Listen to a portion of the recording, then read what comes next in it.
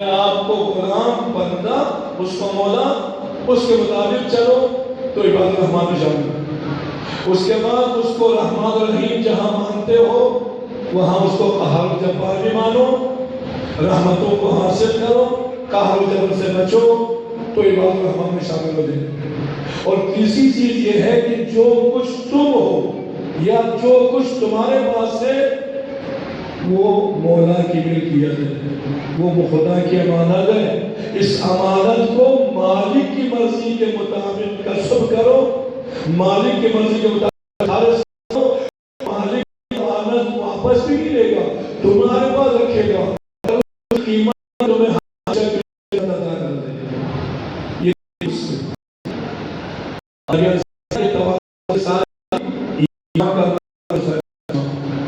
اور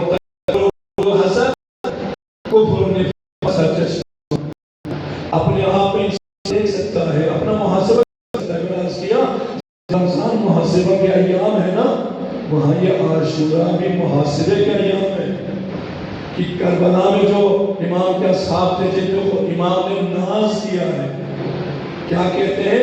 مجھے ناز فخر ہے میرے نصاب پر، ایسے اصحاب نہ میرے نانا کو مل سکے نہ میرے بابا کو مل سکے۔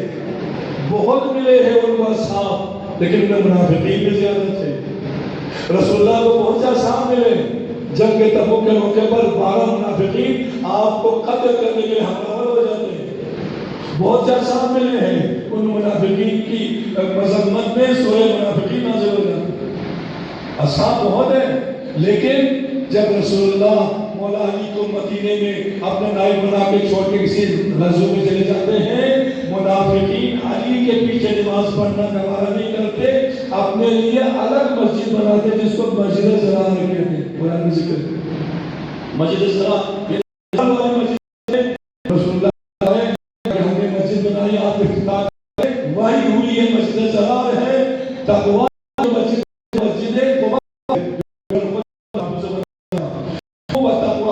وہ اس کی عظمت ہے کہ اس میں ایک دیر کو دو نماز پڑھنے تو خدا ایک عمرے کا اجر کرتا ہے۔ مسجد قباء اس کے ساتھ ہی مسجد زرار تھا، رسول اللہ اس کے دروازے تک، لیکن مسجد بنی ہوئے اس مسجد کو گرا دو، اس جگہ مدینے کے کوڑا پھینکنے کی مسجد کی بابا پاکیزہ اس کے حق ہے۔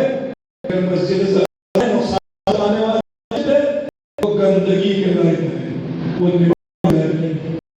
تو رسول اللہ صحابیت ہے، مولا علی کے ایک جم خاص اصحاب میں سے تھا، لیکن ایک وقت آتا ہے وہ خواب شامل ہو جاتا ہے اور خود مولا کا قادر بن جاتا ہے۔ اس طرح سے حسن کے اصحاب دیکھیں کتنے اصحاب نے جنگ کی ہے، لیکن ایک وقت آتا ہے آپ کے قدموں کے نیچے آپ کو ایک لقب مذل المومنین اعوذ باللہ رسوا کرنے والا، یہ تو اسی تو مولا سے کیا کہتے ہیں، نانا کو بھائی کو اور بابا کو جو اصحاب ملے ہیں نا، وہ اصحاب ملے لیکن ان میں منافقین بھی تھے، ان میں فاسق و فاجر بھی تھے، لیکن مجھے اصحاب ملے ہیں نا ان میں ایسے ہیں جیسے میں کہتا ہوں اللہ جیسے۔ تو یہ اصحاب کیا ہے؟ اس وجہ سے کہ عباد الرحمن میں سے ہے۔ جب عباد الرحمن میں سے ہو تو بس ان میں تواضع انکساری ہے، تمام نیکیاں وہاں سے پھوٹتی ہیں، ان میں کبر غرور نہیں ہے، تمام برائیاں ان سے دور ہیں۔ اس وجہ سے عباد الرحمن الذین یمشون فی الارض ہونا، عباد الرحمن وہی ہے جو زمین پہ تکبر و غرور کے ساتھ نہیں، سکون و تواضع کرتے ہیں۔ اور اس کے بعد اذا خاطب الجاہلون، اگر جاہل کچھ کا جواب نہیں دیتے، قالوا سلام، سلام کر کے گزر جاتے، وقار میں فرق نہیں آتا۔ اب آگے بڑھے، الذین یبیتون لربہم رکعا سجدا وقیاما، یا رکعا وقیاما جیسے بھی ہم ترجمہ کروں کہ تیسری صفت ابھی شروع ہو گئی۔ تیسری صفت کیا ہے؟ وہ رات بھر خدا کے لیے شب بیداری کرتے ہیں، خدا کے لیے رکوع اور سجود کرتے ہیں، قیام کرتے ہیں، خدا کے لیے وہ رکوع میں جاتے ہیں، خدا کے لیے سجدے میں جاتے ہیں، خدا کے لیے قیام کرتے ہیں. ان کا رکوع سجود خدا کے لیے، ان کا ہر عمل خدا کے لیے. جب ہر عمل خدا کے لیے ہے، اس طرح نہیں کہ رات کو سوتے نہیں، رات کو آرام نہیں کرتے. آرام کی ضرورت ہے، سونے کی ضرورت، سونا صحت کے لیے ضروری ہے. کہ انسان اگر جاگے صبح تک اس کو بیماری کا اندیشہ ہو تو سونا جاگنا جائز نہیں ہے اس کے لیے.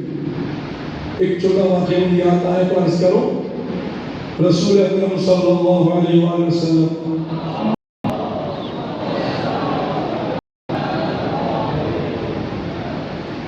انس روایت کرتا ہے، وہاں بیٹھے تھے، اصحاب کے ساتھ کہا ابھی تھوڑی دیر کے بعد ایک شخص گزرے گا، وہ دنیا میں جنت کی بشارت کرنے والا ہوگا، جنتی ہوگا. اس کے بعد تیسرے دن میں فرمایا، دوسرے دن بھی تیسرے دن بھی کہ یہ خدا کے بندے جو سیدھے جنت میں جائیں. وہ رسول اللہ کے نہیں آیا، چلا گیا. جب یہاں 3 دن بعد تو وہاں عمر نام شاید محمد ہے، شوق میں دوا کے میں یہ کیا کرتا ہے. وہاں پاس گیا، کہا کہ میرے باپ سے میرا جھگڑا ہو گیا ہے، 3 دن تک میں نے باپ سے کوئی تکلیف نہ، مجھے اپنے گھر کر دو. ٹھیک ہے جگہ دے. اب 3 دن تک وہ گھر میں رہا، دیکھا وہ آرام کھاتا ہے، سوتا ہے، صرف ایک ذکر پڑھ رہا، بنا کر ذکر کر رہا، تسبیح کر رہا ہے، کبھی استغفار پڑھ رہا ہے، کوئی عبادت نہیں ہے. تیسرے دن اس نے کہا پکڑ کر، میں اس لیے آیا رسول نے تیری جنت کی بشارت دی تھی 3 دن، میں دیکھنا چاہتا تھا کون سا عمل ہے کہ تجھے جنت میں لے کے جاتا ہے. میں نے دیکھا تم تو ہماری طرح سوتے ہو، کھاتے ہو، اٹھتے ہو، بیٹھتے ہو، جاگتے ہو، کوئی خاص عمل نہیں کرنا ہے، کوئی خاص عمل نہیں، بس یہی میری زندگی. اب وہ مایوس وہاں سے گزرنے لگا نا، بزرگ نے آیا کہ میں خاص چیز بتا دوں، میں نماز پڑھتا ہوں، رات پڑھتا ہوں، میں دلوں میں روزے رکھتا ہوں. ایک نیت میرے دل میں ہے کہ ہر ایک کو اپنے سے بہتر سمجھتا ہوں. نیک نیتی، ہر ایک کو نیک متقی پرہیزگار سمجھتا ہوں، ہر ایک کو اچھا سمجھتا ہوں، ہر ایک کو عزت کرتا ہوں. بس یہی خصوصیت ہے، میں ہر ایک کو خصوصیت کے ساتھ نیک متقی پرہیزگار سمجھتا ہوں. اور جب رسول کے پاس آیا، میں کہ چونکہ اس نیت کے ساتھ وہ کبھی سوتا ہے، کبھی جا ہے، کبھی کھاتا ہے، کبھی کرتا ہے، جب تک اس نیت بات ہے وہ خدا کی عبادت میں مصروف ہے. اس کا مطلب کیا ہوا؟ عباد الرحمن زیادہ نماز پڑھنے سے نہیں ہوتا، عباد الرحمن زیادہ روزہ رکھنے سے نہیں بنتا. عباد الرحمن بننے کے لیے دل کو پاک کرنے کی ضرورت ہے، اور دل تواضع انکساری سے پاک ہوگا، تکبر سے پاک نہیں ہوگا. دل حسد سے پاک نہیں ہوگا، دل تواضع انکساری رشک محبت سے دل پاک ہوگا. جب دل پاک ہوگا نیت پاک ہوگی، جب نیت پاک ہوگی چھوٹا سا بھی عمل کرے خدا اسی کو نجات کا ذریعہ بنا دیتا ہے. روایت موجود ہے، یا یقبل الیسیر ویعفو الکثیر، اقبل منا الیسیر ویعفو الکثیر. وہ پروردگار تو کتنا مہربان ہے، تھوڑی سی نیکی کو قبول کر لیتا ہے، بہت زیادہ گناہوں کو معاف کر دیتا ہے. کیا مطلب؟ وہ تھوڑی سی نیکی کون چاہیے؟ اخلاص والا عمل، خالصتاً نیت کے ساتھ، پاک نیت کے ساتھ جو عمل کرتا ہے، تھوڑی کیوں نہ ہو نیکی، خدا قبول کر لیتا ہے. 1 روپیہ تو خدا کے راہ میں پیچھے سال عرض کیا تھا، پھر موضوع کی وضاحت کے درس کرو. ایک دن رسول اللہ نے کہ تم نے کتنا صدقہ دیا؟ اس نے اتنا، اس نے اتنا، اس نے اتنا. ایک میں نے 1000 دیا جبکہ مجھے ضرورت تھی. آخر مولا سے پوچھا آپ نے کتنا دیا؟ میں نے 1 درہم، 1 روپیہ. تو بس خدا رسول اللہ نے پھر سوال کیا، فرماتے آج جس نے خدا کے لیے صدقہ دیا ہے وہ علی بن ابی طالب ہے. 1 درہم دیا، 10 درہم والا، 10 درہم والا رہ گئے تو شکر بنتی تھی نا. کہا کہ ہم نے علی نے دیا ہے بڑی تو آپ نے آیا تو لوگوں نے اپنے نام و نمود کے لیے علی نے خدا کی رضایت کے لیے دیا. مسجد یہاں مبارکہ کے چندے کے ضروری نہیں کہ آپ لاکھوں میں دیں، جتنی آپ کی توفیق ہے اس توفیق کے مطابق دے، خدا لاکھوں سے بھی زیادہ اجر عطا کرتا ہے، وہاں کوئی کمی نہیں، کمی ہماری نیت میں۔ تو بس میں مکمل کی تقریباً کہ وہ کہا کہ الذین یقیمون الصلاۃ، وہ رات بھر جاگتے بھی ہیں، رکوع سجود خدا کے لیے کرتے ہیں، اور جب خدا کے رکوع سجود کر لیں، عمل تھوڑا ہی کیوں نہ ہو، خدا اس کو رسول کے ذریعے سے جنت کی بشارت دیتا ہے۔ لوگ تو عشر مبشرہ کا نام لے کے بڑے خوش ہو رہے ہیں، ان کو بشارت ملی ہے، شاید انہی میں سے ایک راوی انہی میں سے ایک وہ خود روایت کرتا ہے کہ میں بھی اس میں شامل ہوں۔ اسی طرح بہت سے اعتراضات ہیں، لیکن یہ شخص اکیلا ہے اور اس نے یہ بھی نہیں کہا میں جنتی ہوں، یہ بھی نہیں کہا میں ان میں سے ہوں جو مبشرہ میں شامل نہیں، وہ خاموشی سے گزر رہا ہے، رسول اللہ اس کی نیت کو بھی دیکھ رہا ہے، اس کے عمل کو بھی دیکھ رہا ہے، اس سے پوچھے بغیر، اس کی اطلاع کے بغیر وہ گزرتا جاتا ہے، رسول اللہ اس کو جنت کی بشارت دے جاتے ہیں۔ تو بس عباد الرحمن ان کی واضح اور نمونہ کربلا میں ہمیں ملتا ہے۔ کربلا میں اگر جوان ہیں وہ بھی عباد الرحمن ہیں، بوڑھے ہیں وہ بھی عباد الرحمن ہیں۔ جوانوں میں اکبر کا نام آتا ہے، کیا کہتے ہیں اکبر؟ بابا اگر موت برحق ہے، ہم حق پر ہے، ہمیں کیا پرواہ ہے کہ موت ہم پہ آ پڑے یا ہم موت پہ جا پڑے۔ بوڑھوں میں جناب حبیب بن مظاہر ہے، اجازت مانگنے پر یہ دشمن بڑے قاتل ہیں، جابر ہے، ان کے مقابلے میں آپ ضعیف ہیں۔ بوڑھے نے کیا کہا؟ ایمان دیے ہے۔ بوڑھے نے کہا مولا میں بوڑھا نہیں، میں ضعیف نہیں، میں آپ کی محبت میں جیسے پہلے جوان تھا آج بھی میں جوان ہوں۔ بوڑھے بھی ایمان کی جوانی کی حالت میں ہے، جوان بھی ایمان کی جوانی کی حالت، یہ ہے عباد الرحمن۔ اور وہاں چھوٹا 6 ماہ اصغر بھی ایمان کی اس منزل پر ہے۔ امام نے کہا حل من ناس ینصرنا، اصغر میں آپ نے آپ کو جوڑے سے گرا دیا۔ اللہ اکبر۔ اصغر ایمانی لحاظ سے جوان تھے، ایمانی لحاظ سے مددگار حسین تھے۔ کربلا کے شہداء میں اکبر کا نام، اصغر کا نام بھی ہے۔ جہاں بڑے بڑے شہداء کے سر نیزوں پہ بلند ہوئے ہیں نا، وہاں اصغر کا نام سر بھی نیزے پہ بلند تھا۔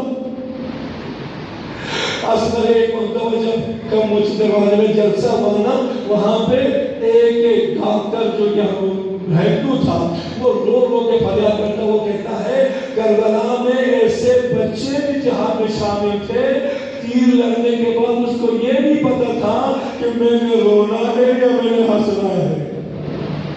ایسے حسین کے ساتھ امام نے میدان میں کھڑے کہا حل من ناس ینصرنا، کوئی ایسے حسین کی مدد کرے۔ کبھی دائیں دیکھتے کبھی بائیں دیکھتے، نہ عباس سے نہ اکبر میدان میں کھڑے ہیں، مدد کے لیے پکار رہے ہیں۔ جب امام نے مدد کے پکارا، 2 کانوں تک یہ آواز پہنچی، ایک بیمار کربلا نے سنا، غشی سے آنکھیں کھول دی، پھوپھی اماں تلوار لا دیجئے، میرے بابا اتنا غریب ہو گئے ہیں کہ غیروں سے مدد مانگ رہے ہیں۔ تلوار لے کے جب نکلے نا، امام کی نگاہ پڑی، بہن زینب سجاد کو روک دینا، ابھی قیامت تک نسل امامت میں باقی رہنا ہے۔ روک دیا گیا سجاد کو، لیکن جب دوسری مرتبہ آواز بلند ہوئی، اصغر سکینہ کے ہاتھ میں تھا، اصغر تڑپ کے ہاتھ سے زمین پہ آ کے گر گیا۔ اصغر کی حالت دیکھ کر بیبیاں رونے لگی۔ اصغر جو 3 دن سے پیاسا تھا، اصغر جو ماں کے دودھ سے بھی محروم تھا، چھوٹے چھوٹے بچے ہماری بھی گودوں میں ہے نا، وہ مائیں جن کی گود میں چھوٹے چھوٹے بچے ہیں، اپنے بچوں کو بھول جائے، رباب کے اصغر کو یاد کرنا، رباب کو رونے نہیں دیا، رباب زندگی پر نہیں روتی رہی، مجھے اصغر کی لاش پہ نہیں رونے دیا، مجھے اصغر چھوٹا تھا لیکن ذبح ہو گیا تھا تیر لگنے کی وجہ سے، رباب کی زندگی اصغر کی یاد میں روتی رہی ہے، تو اپنے بچوں کو بھول جائے، رباب کی جگہ پہ آ کر اصغر کو روئے تاکہ رباب کی دعائیں ہمیں شامل ہو جائیں۔ جب بھی گھوڑے کی آواز آئی، امام نے گھوڑے کی بات بولی، امام خیمے مقام میں آئے، ہر بیوی نے راستہ دیا، امام آگے بڑھے، اصغر سکینہ کے ہاتھوں پر ہے، امام نے ہاتھ بڑھایا، امام کے ہاتھوں پہ آ گیا۔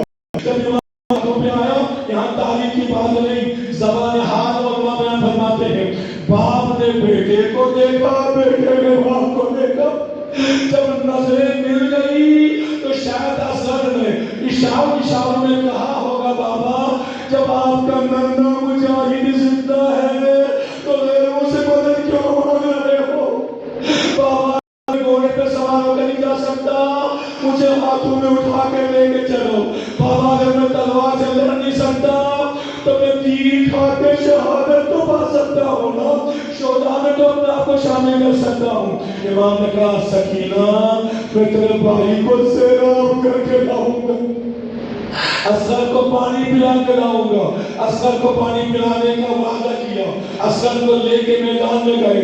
ہوا کے نیچے جب کوئی چیز لے کے امام میدان میں کھڑے ہو گئے، دشمنوں نے سوچا شاید امام قرآن دکھانے کے لے کے آئے ہیں، لیکن جب امام نے ابا ہٹائی، ہاتھوں میں بلند کیا، وہ قرآن ثابت نہیں تھا، وہ قرآن نازل تھا۔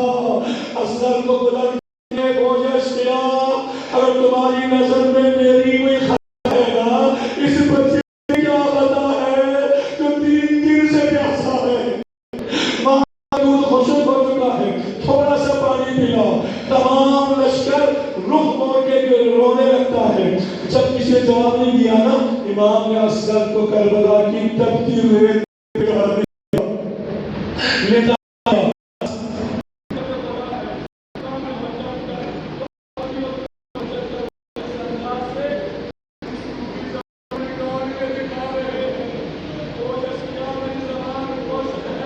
اصغر کو ذبح کر دیا۔ اصغر ذبح ہوئے، ایک مرتبہ امام نے خون کو چلو میں لیا، آسمان میں پھینکا، اشارہ کیا، آسمان رو پڑا، مولا مجھ سے برداشت نہیں ہوگا۔ زمین نے فریاد کیا، مجھ سے برداشت نہیں ہوگا۔ ایک جملہ امام نے سنو گے کیا کہا؟ اے آزادہ و امام کا جملہ یاد رکھو، کس قدر عالم غربت و مصیبت میں امام نے جملہ کہہ رہے ہیں، خداوندہ تو گواہ رہنا، خون کو زمین و آسمان برداشت نہیں کر رہے، اسے اپنی داری کر رہے، اپنی داری میں خون مر رہے۔ ادھر اصغر کے گلے سے امام نے جیب کھینچا، تاریخ کہتی ہے اصغر نے رخ کیا مدینے کی طرف، رخ کیا خیمہ گاہ کی طرف۔ اصغر بول تو نہیں سکتا تھا، اصغر سے اشاروں میں اپنی ماں کو اعلان جاتے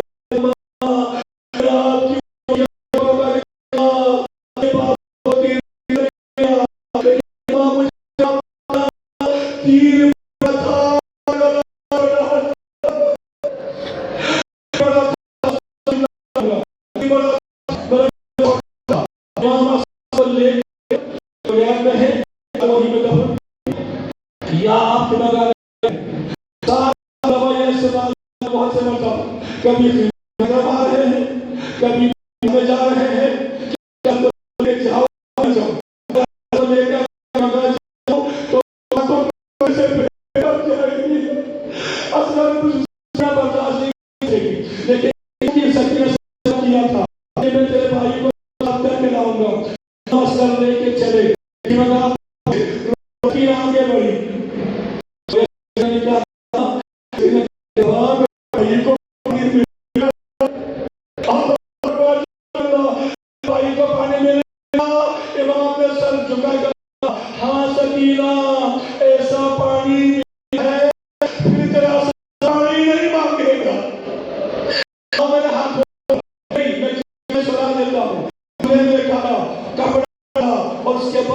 تاریخ کہتی ہے نا کہ وہی وہ وقت تھا کہ مدینے سے سورا کا تاثیر آیا تھا، سورا کا خط لے کے امام کو پہنچایا تھا۔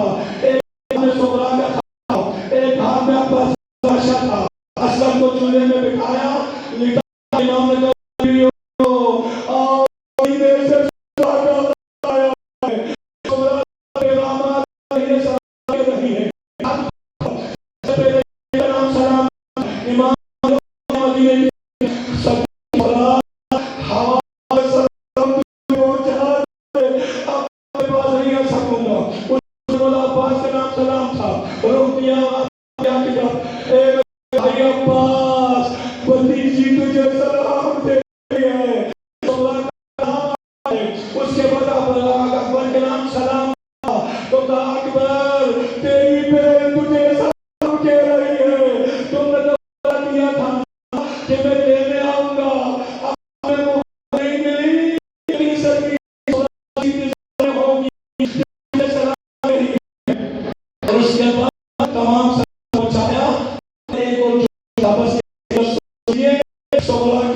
بات جب پہنچے گی تو سکینہ کی تمنا بھی آپ کو مل جائے گی.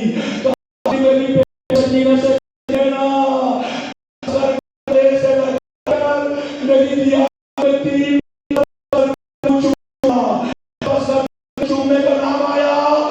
آگے بڑھی بابا اب تو مجھے اثر دونا, میں اپنے بہن کی لیامت میں اثر کا منہ چوموں. یہ کپڑ اٹھا سکینہ تیرا اثر ہو چکا ہے. اثر کا منہ کہاں, اثر کا گلا کٹ چکا ہے. اثر جنت اللہ کے پاس. اللہ